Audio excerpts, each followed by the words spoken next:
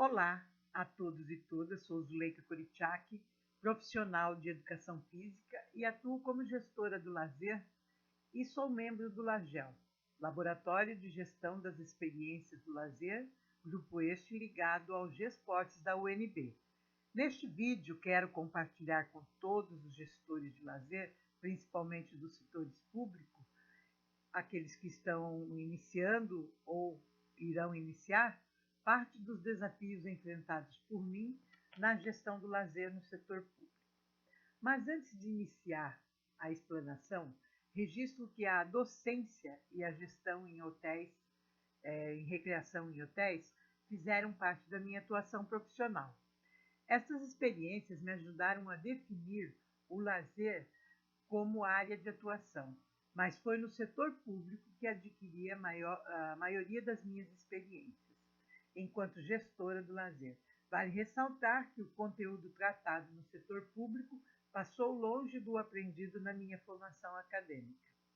Os desafios enfrentados no setor público deram início a sucessivas perguntas sobre como, porquê de várias decisões relacionadas à legalidade, alocação de recursos, uso desses recursos, processos licitatórios, prestações de contas e transparência das ações, que faziam parte de todo o planejamento. Então, esses elementos me confundiram muito no início da minha atuação no setor público. Mas, com o passar do tempo, eu vi que as respostas a essas indagações estavam inseridas na lógica própria da administração pública, que envolvia entender os elementos dessa administração pública, como conceito, princípios, organização, política orçamentária e como se processa esse ciclo da política pública. Então, dentro desses elementos, eu pude entender como que se processava a minha ação em relação ao planejamento do lazer. E nós vamos dividir essa nossa fala em dois momentos. Um momento nós vamos estar levantando esses elementos essenciais da administração pública para que possamos saber e entender um pouco. E também um detalhamento de um plano estratégico, considerando elementos da administração pública, tendo uma linha de direção para que nós possamos seguir para os nossos planejamentos. E quero registrar que apenas um fragmento desse conteúdo nós pegamos para trazer aqui em virtude do tempo, mas sabemos que temos que aprofundar muito mais nesses conteúdos, ir mais adiante e também, aliada a uma experiência, nós vamos entendendo esse andar da questão da administração pública. Mas antes de tratarmos desses elementos essenciais da administração, eu acho importante eu dizer que, em relação à fundamentação sobre a gestão do lazer, a minha referência é o modelo de demanda e oferta, proposto por Antônio Carlos Bramante. A demanda parte da predominância nos conteúdos culturais do lazer e a oferta desses conteúdos, ou seja, experiências lúdicas, podem ser específicas quando organizadas por instituições que atendem diretamente à demanda do lazer. E as não específicas, instituições que a fazem indiretamente. E neste processo de demanda e oferta, Bramante ainda afirma que o papel do gestor do lazer é o de criar meios para educar pelo e para o lazer, por meio de um alargamento, meio de alargamento de um repertório de opções das atividades lúdicas, gerando o quê? Facilidade de acesso e oportunidades de sucesso aos participantes desses ambientes. Sempre ao planejar, sempre pensei nessa questão da demanda e da oferta, para que pudéssemos lançar adiante uma proposta de lazer mais adequada à nossa população. Mas o gestor de lazer no setor público ainda agrega mais uma função e uma responsabilidade. Além do conhecimento do lazer e da gestão do lazer, se faz necessário compreender esses elementos essenciais que formam essa administração pública. E também deve reconhecer que, enquanto gestor do lazer, é um servidor público. E que este servidor ele responde pessoalmente pela Lei número 8429 de 92, que é conhecida como a Lei de Improbidade Administrativa, que trata sobre a conduta inadequada praticada por agentes públicos ou outros envolvidos, que causem danos à administração pública. Então, tudo que nós vamos fazer está inserido dentro dessa questão da lei. Então, nós somos uns servidores públicos, devemos essa resposta ao público, ao quem patrocina, né? Porque através dos impostos nós geramos as atividades e as necessidades escolhidas por eles. Também vamos agora entrar tentando entender cada parte desses elementos, para que possamos, num todo, depois, saber aonde que nós vamos adequá-los dentro dos nossos planejamentos. Primeiro, precisamos entender que a administração pública ela exerce funções determinadas pela Constituição e pelas leis, objetivando o interesse da coletividade. Então, essa função determinada por uma Constituição, gerando o quê? Esse interesse dos objetivos da comunidade. A administração pública se presta para esse fim. E temos aqui também os princípios dessa administração pública. Os princípios são constitucionais e estão prescritos no artigo 37 da Constituição Federal. E ele traça 5 princípios. O princípio da legalidade, que é fazer apenas o que a lei permite. Então, todas as nossas ações, nós temos que saber se é legal, se está no período certo para se fazer, se está dentro de um orçamento. Então, se é legal, vamos fazer. Então, só podemos planejar dentro dessa questão da legalidade. Aí existe a impessoalidade, que é o agente público ser neutro, imparcial, sem favorecimento ou promoção pessoal, no interesse dessa coletividade. Aí nós vamos ter a moralidade, que devemos seguir padrões éticos e de lealdade, honestidade, boa-fé e probidade. E temos a publicidade, que é outro princípio, que é a ampla divulgação do que se diz respeito à administração pública. A regra não é exceção. Temos que divulgar tudo e fazer com que a população se informe das nossas ações e que tenham o resultado à mostra delas. Como que aquele evento se prescreveu, como que a comunidade viu. É importante que a comunidade tenha essa informação. E a eficiência, que é buscar atingir as metas desejadas, minimizando os custos e melhor aproveitamento dos recursos disponíveis. Então, esses são os princípios da administração pública. Aí vamos para um segundo, que é como se organiza essa administração pública. A administração pública se organiza em administração direta e administração indireta e atividades paraestatais.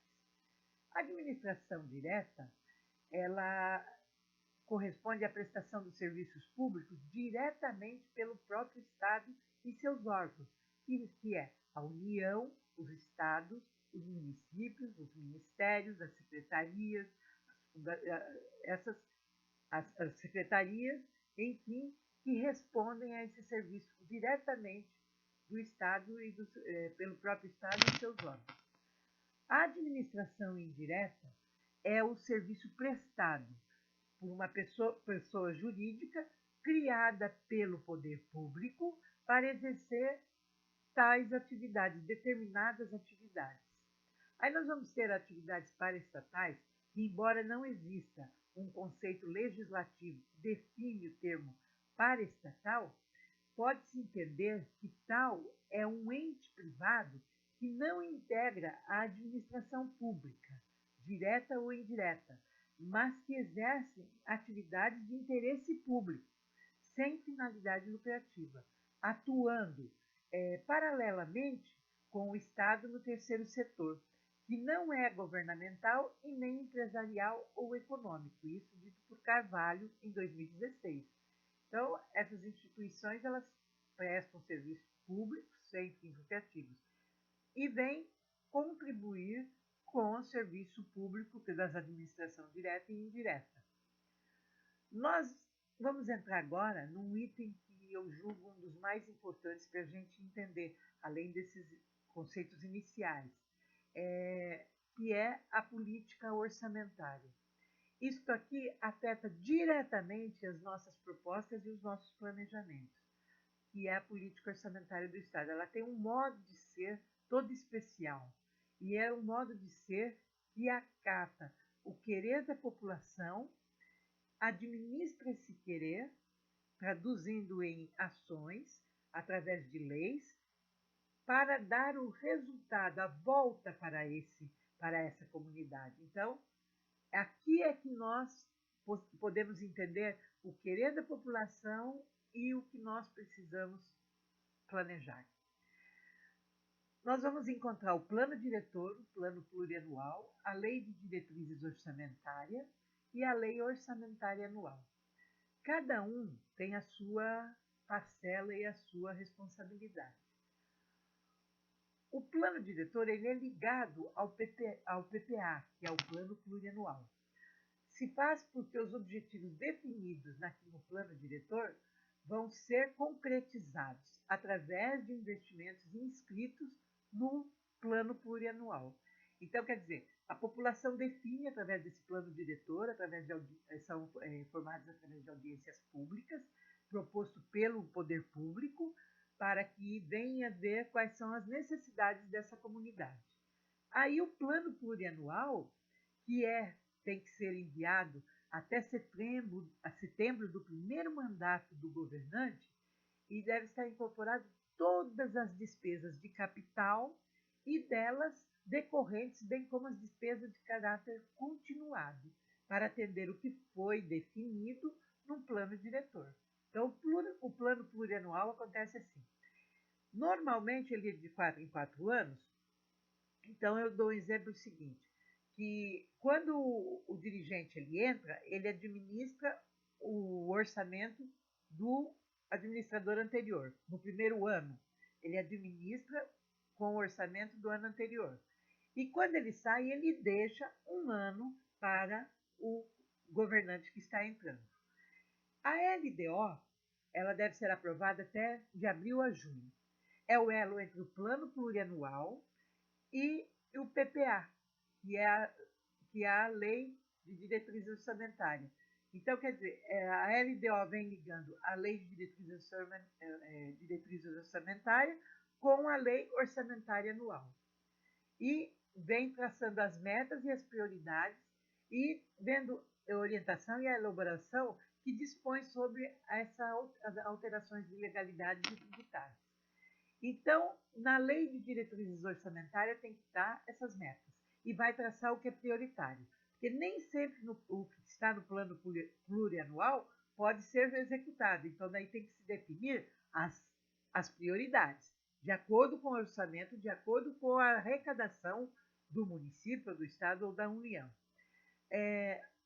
Uma das principais funções da LDO compreende selecionar dentre os programas e metas incluídos no PPA aqueles que terão prioridades na execução do orçamento. A elaboração da LOAS, que é a Lei Orçamentária Anual, terá como base a prioridade e diretrizes estabelecidas na LDO, que é a Lei de Diretrizes Orçamentárias, onde vai registrar a origem de todas as receitas, isto é, os tributos que são pagos pela população, registra também todas as despesas dos órgãos públicos e os gastos com o pessoal e os investimentos feitos e dívidas contraídas. Nenhuma despesa pode ser executada sem estar consignada neste orçamento. Na LOA, que é a Lei Orçamentária Anual, está a concretização dos programas definidos no PPA. Então, nem todos são definidos no Plano Plurianual. Então, quer dizer, mas foram definidos na Lei de Diretrizes Orçamentárias. A LOA deve ser enviada pelo Poder Executivo para o Legislativo até 30 de setembro de cada ano e aprovada pelo Legislativo até o fim do mês de dezembro. A transparência desse orçamento e das demais contas públicas é fundamental para todos os contribuintes saberem de onde estão vindo os recursos que o governo utiliza e onde estão sendo investidos. Há toda uma legislação sobre essa questão, que precisa ser conhecida amplamente e divulgada. Isto contribui para quê? Para fortalecer a cidadania. Então, nós, gestores, nós temos a obrigação de, pelo menos, conhecer essa questão, essa parte da política orçamentária, porque é aqui que vai estar inserido todos os programas que nós queremos aplicar. No Estado é necessário, no mínimo, 6 meses antes de se iniciar uma ação, antes de executar uma ação, porque há processos legais que têm que se seguir e são prioritários. Também aqui nós encontramos o ciclo dessa política, só para mostrar para vocês que esse ciclo ele passa por uma agenda, por uma formulação dessa agenda, por uma concretização dessa agenda, por uma tomada de decisão, se pode acontecer ou não pode acontecer, por onde vai acontecer, para depois implementar esta ação. E, pós a implementação, uma avaliação, que nos leva a uma nova agenda. Então, ele é um ciclo que vai levando, quando o programa é contínuo, ele vai nos induzindo a uma nova ação, com essas avaliações. Agora, nós vamos entrar na segunda parte, lembrando vocês que isso é um fragmento, são pontos que eu estou aqui lançando para que nós possamos nos aprofundar nesses itens e que possamos observar onde estamos atuando, o quanto isso nos faz falta nas nossas ações. E para que possamos adequar as nossas ações, nós colocamos em linha esse planejamento e essa organização, para que nós possamos pensar passo a passo. Primeiro, nós vamos encontrar a orientação, o que nos dará orientação às nossas propostas, um diagnóstico que nós temos que fazer antecipadamente, e depois a operacionalização da ação. Na orientação, que é um processo que guia e identifica o planejamento e a organização, nós encontramos as diretrizes, as missões e as metas. As diretrizes são condições pré-determinadas pela instituição. As questões ideológicas, políticas que estão no plano, a proposta pelo aquele governo e alinhado com as questões orçamentárias. A missão é a razão de ser do evento. Inclui o quê? Os valores desse evento. O que nós queremos atingir? Quais são as ideias que queremos implantar? O que nós vamos colocar dentro daquele evento? Qual será a missão daquele evento? As metas, elas têm que ser grandes e audaciosas, porque elas têm a finalidade inspiradora e motivadora, concentra todos os esforços e capitaliza o espírito de equipe. É através das metas que nos impulsiona, que nos empurra adiante para essa linha de chegada bem definida e bem estabelecida pela equipe. Nós vamos agora para o diagnóstico, esse caminho para se planejar. Eu não estou pondo a questão lógica do planejamento, introdução, tal, essa parte. Eu estou dizendo o caminho desse planejamento no setor público, para que haja um momento de pensamento e de ação. O diagnóstico é a análise da instituição, a estrutura, o sistema. A partir dessa análise são determinadas estratégias. Aqui nós vamos encontrar a análise externa, que é observar o ambiente para aproveitar o quê? As oportunidades e reduzir as ameaças. Aqui nós devemos analisar a cultura, a economia, a política, a legislação e a tecnologia. Aí nós vamos para a análise interna. Aqui nós temos que observar os aspectos relacionados à entidade organizadora, que se caracterizem em pontos fortes e pontos fracos. Os fatores aqui a serem analisados são as pessoas, o processo em si, a tecnologia, a liderança e a cultura, desse lado interno. A característica, aqui nós vamos para a característica do evento. Levantamento dos componentes primários e dimensões tangíveis e não tangíveis do evento. Nós temos que fazer esse levantamento dessa característica. O que vai ser, quais são esses componentes que vão ser necessários para que nós possamos ter e verificar essas dimensões tangíveis e não tangíveis do evento. Aí vamos para a linha de fatores críticos. Nós temos que fazer um levantamento. São fundamentais para o êxito de uma entidade. Tem ligação com os fatores internos. Então, nós temos que ver todas as nossas possibilidades temporais, espaciais e materiais, para que possamos fazer uma análise crítica estabelecida se tudo é suficiente para que a proposta seja bem conduzida. Nós vamos agora para a parte de operação, a parte operacional, que aqui é organizar como a estratégia e as questões estratégicas serão colocadas em prática. A estratégia é um plano e uma direção. Então, nessa fase operacional, nós temos que colocar a estratégia, estabelecer essa estratégia para nos dar uma direção. As questões estratégicas traduz e esclarece a orientação e a estratégia em objetivos. Fornece um mapa para a operacionalização das estratégias. É um guia para o futuro. Essas questões nos levam às divisões das atividades, às responsabilidades de cada um dentro do processo, a continuidade das leituras de tudo que acontece. Então, aqui nós temos que fazer esse mapa para operacionalizar essas estratégias. Aí nós vamos ter ações, cronogramas e indicadores. Aí que vão o quê? É planejado como estratégia e será transformado em ação. Então, um cronograma que vai estabelecer períodos, época, os indicadores de avaliação, primeiramente, as ações, o período e os indicadores que vão avaliar essa operação nossa, nessa execução nossa.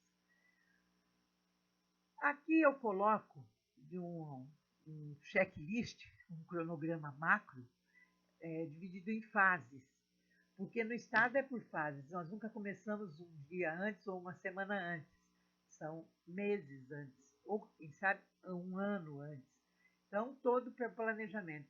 Nós vamos, na fase 1, a gente coloca, para lembrar, que é um planejamento, são a fase do planejamento, elaboração, do plano master e do orçamento. Então, se você vê aquela parte ali do diagnóstico, da parte da orientação, do diagnóstico, nós vamos estar aqui entre a fase 1, 2 e 3. Na fase 2, nós vamos estabelecer as rotinas internas, o que nós temos que fazer, os nossos memorandos, os nossos pedidos, a verificação de orçamento. Nós vamos ter que, a partir desse plano estabelecido das ações, nós vamos ter que ver se está tudo dentro do correto para que nós possamos seguir adiante, seguir à frente com os nossos objetivos e para se atingir as nossas metas. Então, aqui nós vamos ver essas rotinas internas e vamos manter um contato com o parceiro externo, todos aqueles que virão contribuir, sendo fornecedor ou patrocinador. Nós vamos ter que ter esse contato para que se estabeleça a legalidade de cada contato desse, como será executado, como será realizado. Se eu vou ter um patrocinador, qual é a questão legal para ser um ente privado ser patrocinador de um ente público? Como que isso se processa? Como que está na lei? Na fase 3 é o início das contratações e o início dos serviços complementares. Então, aqui nós vamos estar já um quase tudo pronto, e nós vamos já estar efetuando essas contratações, finalizando já as contratações. E na fase 4, a gente dá uma pausa para a capacitação dos recursos humanos, principalmente. Se vai ter recursos que vêm agregado externo, como que nós vamos estabelecer uma linguagem da proposta que nós estabelecemos lá na fase 1, da nossa missão, o que nós queremos atingir com aquele evento, até as ações práticas que eles deverão executar. Isso terá que ser formado, uma capacitação para que esse recurso humano que vai atuar dentro do plano tenha conhecimento desde a missão até a sua ação lá naquele momento com a comunidade. Para que isso não saia, vai dentro dos trâmites. A fase 5, a gente tem a logística de montagem e produção do evento. Então, nessa fase, nós já vamos montar, preparar local, estabelecer todos os aparatos, alinhar com os fornecedores, as entregas, os períodos, enfim, de todo o que se tem que ser entregue. E estabelecer também já um início, junto com o recurso humano, essas relações, porque logo em seguida, que é na fase 6, nós vamos para a execução, propriamente dita, do evento. E vamos dar aqui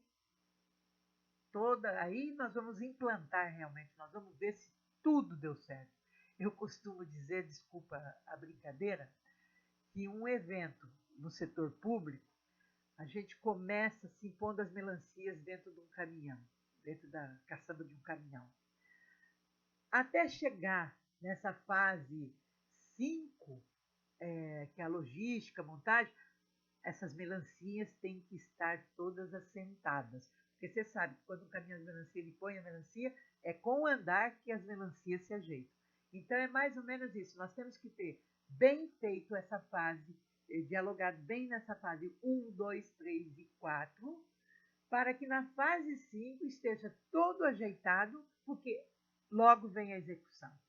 Após a execução, nós temos a logística da desmontagem. Tudo que nós montamos, nós vamos ter que desmontar.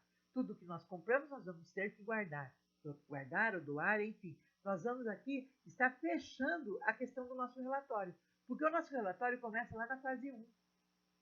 Aí ele vem com as divisões de responsabilidades, cada um fiscalizando, investigando as suas responsabilidades, de acordo com a licitação, de acordo com o descritivo da licitação, que nós vamos ter das licitações, das compras, dos serviços que foram contratados, para que possamos ver se está tudo de acordo. Porque aqui, se não tiver de acordo, nós vamos responder com aquela lei de improbidade administrativa. Vamos supor que um fornecedor, um exemplo aqui, que um fornecedor não prestou o serviço 100%, ele prestou 80%. E se eu não informo isso no relatório e assino a nota que ele prestou o serviço, o que vai me acontecer? Se alguém foi lá, tirou foto, gravou, filmou e viu que esse fornecedor não forneceu a quantidade exata do que ele tinha proposto naquele descritivo que foi público, foi publicizado antes de começar o evento, nós vamos responder pela lei de improbidade administrativa. Então, essa informação é que eu queria passar para vocês, dialogar com vocês, mostrando que não é tão fácil, mas também não é difícil. E que tem alguns conteúdos que a gente não aprende na nossa formação acadêmica e que fazem parte desse contexto do setor público. E que nos dá aquele desespero quando a gente se depara, principalmente com o tempo, com a questão do espacial, que é próprio do setor público, da periodização que tem que se considerar, enfim. É isso que nós queríamos trazer para vocês, para aguçar a vontade de vocês em conhecer mais um pouco sobre essa questão da administração pública aliado à gestão do lazer.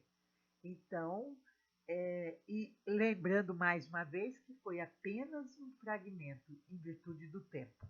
E até um dia para dialogar sobre este assunto.